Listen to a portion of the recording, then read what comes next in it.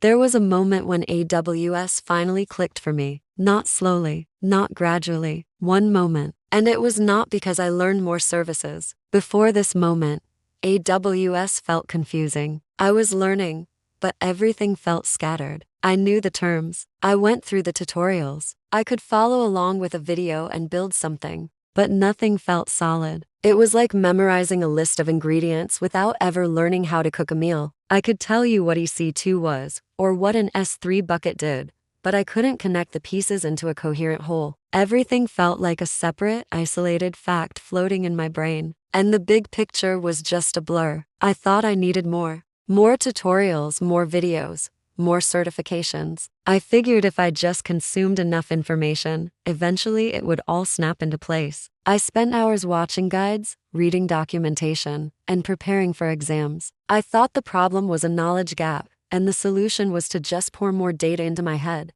I believed that mastering AWS was a numbers game. The more services I knew, the better I'd be. But that wasn't the problem at all. More knowledge does not automatically create clarity in AWS. In fact, sometimes it does the opposite. It can add to the noise and make you feel even more overwhelmed. This is exactly where so many people who are new to AWS get stuck. They're doing everything right, studying hard, learning services, but they feel like they're just spinning their wheels, not actually getting anywhere. The moment AWS clicked for me was when I stopped trying to learn AWS and started trying to understand systems. It was a complete shift in perspective. Instead of focusing on the tools, I started focusing on the problems the tools were designed to solve. It wasn't about memorizing what a load balancer is, but understanding why you would need to distribute traffic in the first place. I stopped asking what service does this, and I started asking why does this exist? Why do I need a database here? Why does the traffic need to flow this way? Why does AWS separate things into regions and availability zones? Answering the why gives you a mental model,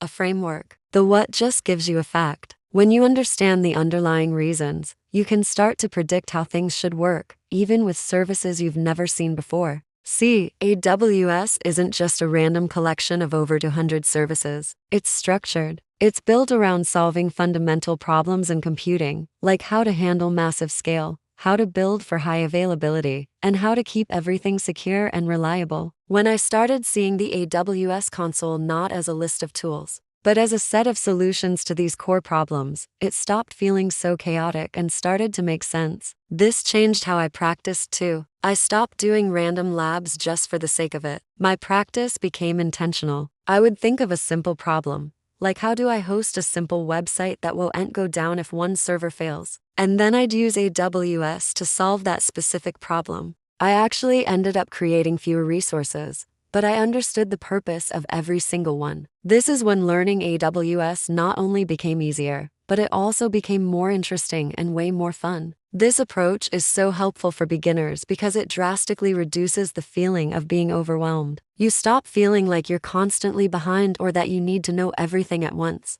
You can let go of that need to chase every new service announcement. Instead, you focus on the core principles, which are timeless and apply across the entire platform. It's important to know that for most people, AWS does not click right at the beginning. It clicks after you've had enough repetition and gained enough context to see the patterns. That delay is completely normal in cloud computing. It takes time to build that mental framework. So if AWS hasn't clicked for you yet, please know that you are not failing. You're not behind. You're just in the exposure phase, gathering the raw materials. The click will come later. The one simple shift that makes all the difference is this: stop trying to learn services in isolation. Start learning how systems are designed and how problems are solved using those services. That shift from a tool-based mindset to a problem-solving mindset changes everything. This is rarely taught because most tutorials are designed to teach you a specific tool. They show you the what and the how. They don't always teach the why. They don't teach system thinking. And that's precisely why so many people get stuck, feeling like they're accumulating knowledge but not true understanding. Once you make that shift, you'll be on the path to finally making it all click. Thanks for watching.